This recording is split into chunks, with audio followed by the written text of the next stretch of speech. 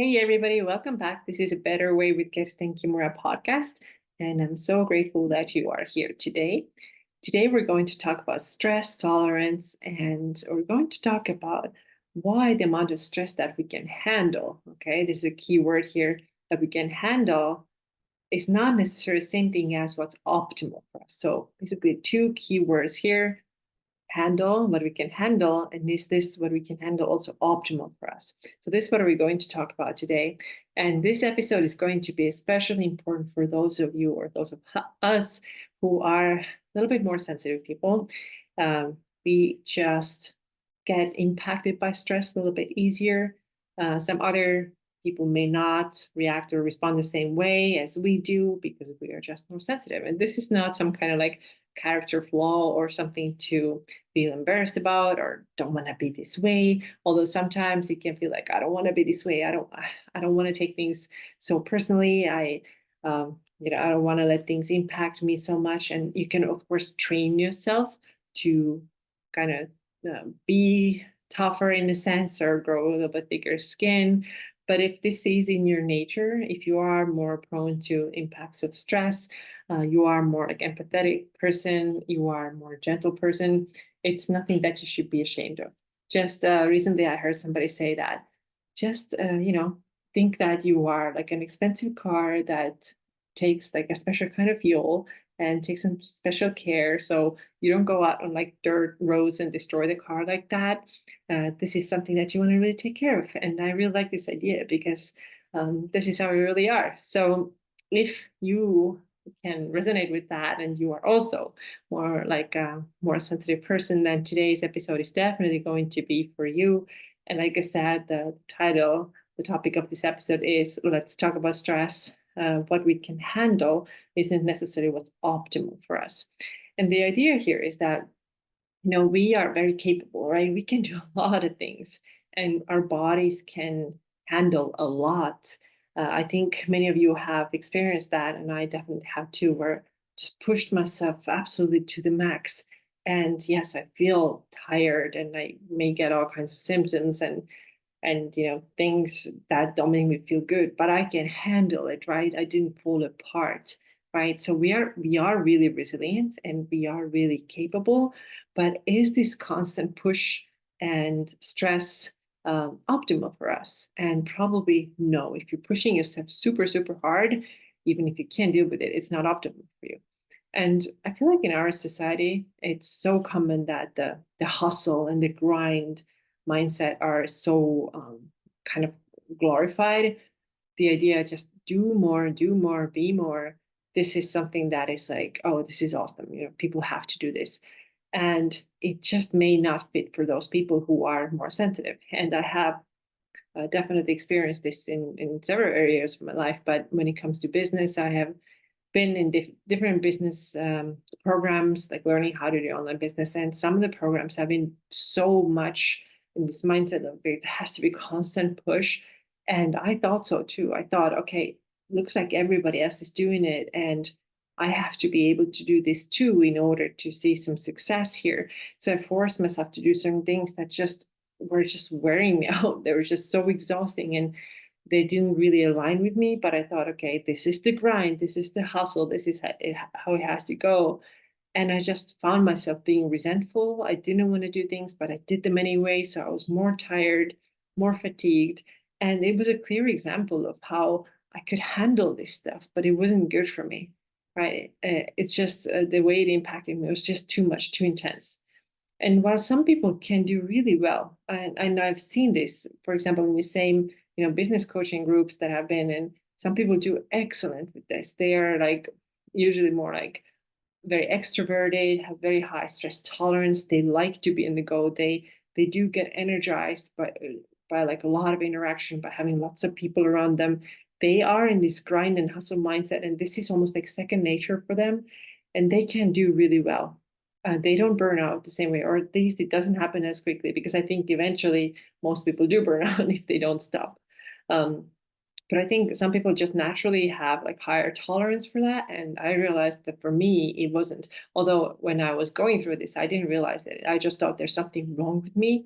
It's so weird why I cannot do it. And I was like continuing to listening these stories of other coaches who've been like so successful, and oh my God, they're doing this and that, and they're making, all this great, money and whatever. And I was just like feeling so defeated because by taking the same action that they were taking, I just felt so exhausted and not good at all.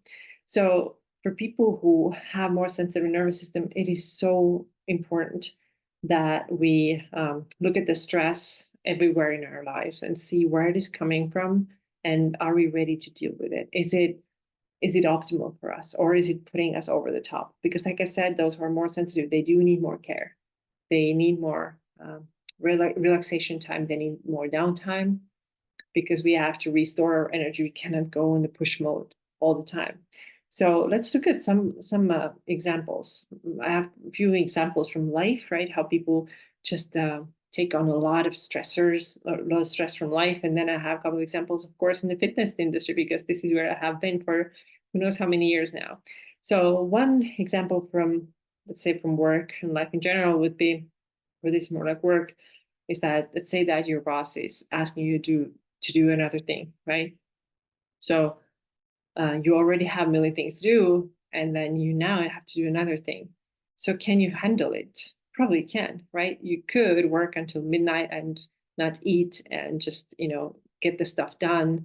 Probably you wouldn't die. So you can handle it, but is it optimal? Because if you are already maxed out before this extra task, this is not going to make you feel any better. So in this situation, what can you do? You don't have to say yes necessarily. I know sometimes it can be really hard to say no. You might be thinking, again, coming back to sensitive people, they might be thinking, I'm hurting somebody, I'm not a good person, I'm not doing my job well. But if your health is on the line, which it is, then you have to make a better decision and stand up for yourself and possibly say that I cannot do this, or which one of these things is more important, and I'm going to work on that next. Another example would be, let's say that you're a parent and there's some kind of school event at your kid's school, and you are, taking on this responsibility for organizing something for the school or for the kids, and it takes more time again, right? So you are already doing a lot. Maybe you're working full time, or you are full time at home parent too. This is also hard work. So you're doing that, and then you were going grocery shopping, and you're keeping the house clean, and you were making all the food, and now you have this extra responsibility that you said yes to. So you don't maybe even have any time for yourself. You don't have, let's say, 15 minutes even. Although I think that most of us can take it, but a lot of people say, I don't have that 15 minutes. Like, how on earth am I supposed to meditate or do some deep breathing? I don't have that time. So now, if you're a sensitive person and you don't already have that downtime, and then you take on another responsibility, you can, again, handle it, but it's not good for you. It's not optimal for you. You're only going to be more burnt out. So I really encourage you just to think before you say, yes, I can take this on. Of course I can take this on. A lot of times it comes from a place of like, wanting people to like you, not wanting to disappoint anybody. You want to be seen as the person who does everything. And it starts to hurt you, right? Again, some people might tolerate it well. Some people might enjoy it thoroughly, but some people don't. And they just feel more fried. A couple of examples from the fitness world too. So how often have I talked about it on this podcast that some people, they're doing 6 high intensity workouts a week, but are you recovering? Again, you can handle, right? Just the way I handled all the stuff when I was severely overtrained, I was able to handle it, but how was I actually doing? Hormonally, not so well. Digestion, not so great. Lots of issues going on, right? And I would, it wasn't ideal. It wasn't optimal. I was not recovered for my next workout, but I still pushed it. So here too, we have to see, okay, I can handle, but is it optimal? And another thing is like if you are constantly sore, let's say you're always sore, and you're just so afraid to use a little bit of lighter weights or take more rest or skip, let's say let's take 1 week lighter, you're so afraid because you're like, oh my God, what's going to happen? Am I going to lose all my gains? Am I going to put on all this weight? So I better just keep going and keep dealing with these like super achy muscles and joints. But you got to realize you're also at the same time in this super inflammatory state all the time. So is it optimal considering your goals? So I'm assuming your goals are to get stronger, to get fitter, oftentimes to get leaner, to improve your athletic performance, to have better energy. Okay, so can you really have better energy if you're constantly sore, puffy, inflamed, achy from all the workouts that you're doing? So the more sensitive our nervous system is, the more we have to consider this thing. Okay, what's optimal? What can I handle? Are they the same thing? And they're actually not the same thing. So when it comes to work things and life things, like I said, yeah, we can oftentimes feel like I will get ahead the more I do. A lot of times it is true, right? Of course, you put in the effort and you get the outcome, yes, but also at the same time, pushing super hard also blocks our inspiration and creativity, which for sensitive people is very important. It takes away some time that you may want to spend with your friends and family. So a colleague just recently told me that I was doing 80-hour work weeks, 80 hours a week, and I didn't have any time for my family. And now just said, okay, screw it. I can't, like, I don't want to think back to my 30s when I'm 90 years old and thinking I worked 80-hour weeks and didn't spend any time with my husband and my daughter. So you don't you don't want that, right? And also what this constant push probably takes away from is what's the most important thing probably for sensitive people, which is self-care, right? So when we talked about before, I don't have even 15 minutes to lie down or do some deep breathing, you don't have that time, then you're in this constant grind mode and you become overwhelmed and uninspired and also resentful because you're just so tired. When it comes to fitness, you probably already know that doing more is not better. I have talked about it a lot. Well, it is better if a person is doing nothing and then she starts working out 2, 3 times a week. It is better, yes. But if a person is already doing, let's say 4 or 5 workouts and thinks, I should do more because this is going well, let me pile on, the exercise, the workouts, then the recovery probably starts to suffer at some point. Again, not for everybody. Some people recover really well, but those who are more sensitive or already have a lot of stress in their life, they may not recover. So the idea with exercise is always the sweet spot, right? We have to find that good spot that is between our that where we want to arrive with our workouts, because we want to make sure that our recovery is good.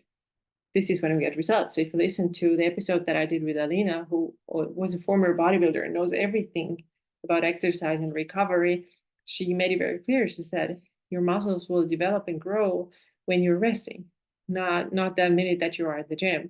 And if you're resting and recovery time is crap and you don't get it, then you are not getting as good results as you could.